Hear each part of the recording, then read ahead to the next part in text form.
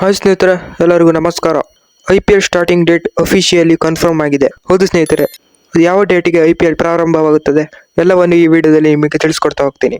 ಅದಕ್ಕಿಂತ ಮುಂಚೆ ಚಾನಲ್ನ ಸಬ್ಸ್ಕ್ರೈಬ್ ಮಾಡ್ಕೊಂಡಿಲ್ಲ ಅಂತ ಹೇಳಿದ್ರೆ ಈಗಲೇ ಸಬ್ಸ್ಕ್ರೈಬ್ ಮಾಡ್ಕೊಳ್ಳಿ ಹಾಗೂ ಬೆಲ್ ಐಕನ್ ಕೂಡ ಕ್ಲಿಕ್ ಮಾಡಿ. ಹೌದು ಸ್ನೇಹಿತರೆ, IPL ಸ್ಟಾರ್ಟಿಂಗ್ ಡೇಟ್ ಮಾರ್ಚ್ 21ರಿಂದ ಆರಂಭವಾಗುತ್ತದೆ. ಹೌದು ಸ್ನೇಹಿತರೆ, BCCI ಉಪಾಧ್ಯಕ್ಷ ರಾಜೀವ್ ಶುಕ್ಲಾ ಅವರು ಅಫಿಷಿಯಲಿ ಅನೌನ್ಸ್ ಮಾಡಿದ್ದಾರೆ. ಹೌದು ಸ್ನೇಹಿತರೆ, ಇನ್ನು IPL ಫೈನಲ್ ಯಾವಾಗ ಇರುತ್ತೆ ಹಾಗೂ ಯಾವ ಸ್ಟೇಡಿಯಂನಲ್ಲಿ ಫೈನಲ್ ನಡೆಯುತ್ತೆ.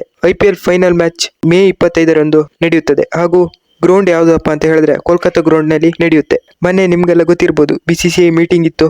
ಅದರಲ್ಲಿ ರಾಜೀವ್ ಶುಕ್ಲಾ ಅವರು ಅನೌನ್ಸ್ ಮಾಡಿದ್ದಾರೆ ಅಫಿಷಿಯಲ್ ಆಗಿ IPL ಸ್ಟಾರ್ಟಿಂಗ್ ಡೇಟ್ ಮಾರ್ಚ್ 23ರಿಂದ IPL ಸ್ಟಾರ್ಟ್ ಆಗುತ್ತೆ ಅಂತ ರಾಜೀವ್ ಶುಕ್ಲಾ ಅವರು ಹೇಳಿದ್ರು.